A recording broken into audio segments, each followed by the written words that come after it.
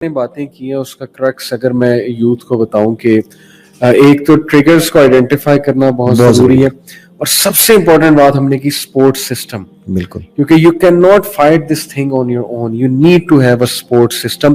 If there is no one then let it be your counsellor, let it be someone who is religious minded, اس سے share کریں, اس کو کہیں مجھ پہ نظر رکھے. کوئی دوست ہو سکتا ہے, ماں باپ بیسٹ ہیں جیسے کہ آپ نے کہا. اور پھر ہم نے یہ بھی بات کی کہ اوبیسلی ہیبٹس کو چینج کرنا, بیڈ ہیبٹس کو گڈ ہیبٹس سے ریپلیس کرنا, اور 15 منٹ رول جو آپ نے کہا, اور پھر اپنے آپ کو موٹیویٹ کرنا, گھٹنے نہ ٹیکنا اس کے آگے, اور following a bad deed by a good deed. اور سب سے امپورٹنٹ علی بھائی کہ اللہ تعالیٰ سے دعا کرنا بہت ضروری ہے. کیا ہے میرے رب کہ یہ چیز میرے اوپر حاوی ہو چکی ہے, یہ چھڑوا دے یا اللہ, کچھ ہو جائے, یہ چیز میرے سے چھوٹ جائے, میں اس سے دور ہو جاؤں, مجھے اس سے کراہت آ جائے, نفرت آ جائے. جیسے کہ وہ دعا ہے جی ایک اور دعا ہے, اللہم حبب الینا الایمان وزینہ فی قلوبنا وکرر الینا الکفر والفسوق والعصیان واجعلنا من الراشدین. کہ اے میرے رب ایمان کو میرے سینے میں مزین کر دے اور گناہ کو, کفر کو, فسق کو میرے لیے کراہت انگیز بنا دے, مجھے اس سے دور کر دے. تو لٹرلی جب ہم یہ دعا کرتے ہیں نا, ان چیزوں سے کراہت آنا شروع ہوتی. پیپل تھنک کہ what am I doing, is this something to do, literally images سے ان چیزوں سے کراہت آنے لگ جاتی. تو دعا از ویری امپورٹنٹ. میں آج نا علی کسی سے بات میری چل رہی تھی تو اس نے کہا میں دعا مانگتی ہوں, نہیں ہاں خاتون ہی تھی بالکل, میں دعا مانگتی ہوں بھائی لیکن مجھے کوئی فرق نہیں پڑتا, تو دعاؤں سے کیا ہوگا. تو میں نے ان کو ایک جواب دیا اور میرا وہ جواب سب کے لیے ہے. صحیح, کیونکہ میں بھی ایک زمانے میں سوچتا تھا یار دعا, اللہ کو پتا ہے نا دعا کیوں مانگنی ہے. صحیح. تو میرا یہ جواب یہ ہے کہ نبی پاک صلی اللہ علیہ وسلم سے زیادہ تو اللہ کو نہیں پتا تھا نا کہ ان کو کیا چاہیے. جی جی, تو وہ ساری رات کھڑے ہو کے دعائیں کیوں مانگتے تھے. اللہ کے نبی ان کے پاؤں سوج جاتے تھے. نبی تو نبی اللہ کا محبوب, سب سے خوبصورت پیارا نبی اللہ کا, تو وہ دعا سے اٹھتا ہی نہیں تھا.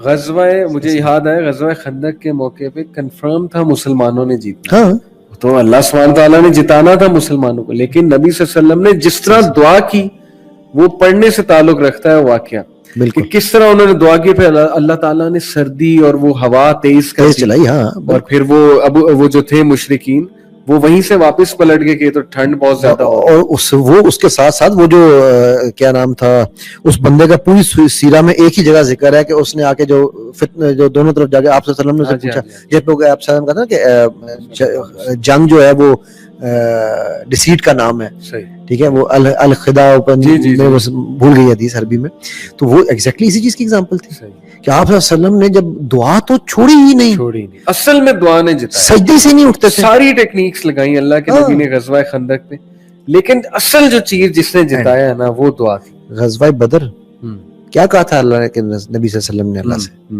کہ آج تیرے 313 ہیں. سبحان اللہ. ان کے تو اگر آج تمہیں لاج نہ رکھی. اچھا اس کے بعد آپ دیکھو اس کے فوراً بعد احد میں سرزنش ہوئی.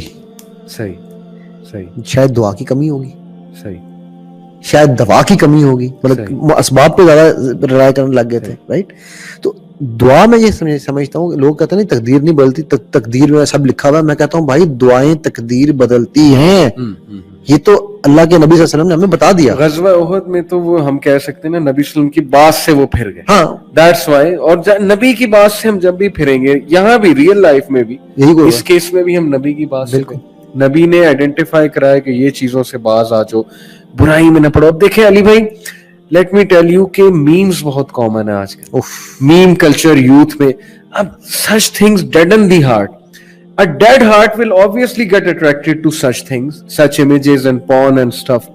جب آپ اپنے دل کی حفاظت نہیں کر رہے ہیں, جب آپ گفتگو میں خیال نہیں کر رہے ہیں, آپ کی گفتگو فلتھی ہے, آپ کی لینگویج فلتھی ہے, آپ کا اٹھنا بیٹھنا ایسے لوگوں کے ساتھ ہے جن سے آپ نیگیٹو انرجی لے رہے ہیں, آپ ایسی جگہوں پہ جا رہے ہیں جو نیگیٹو انرجی سے بھرپور ہے. So what do you expect?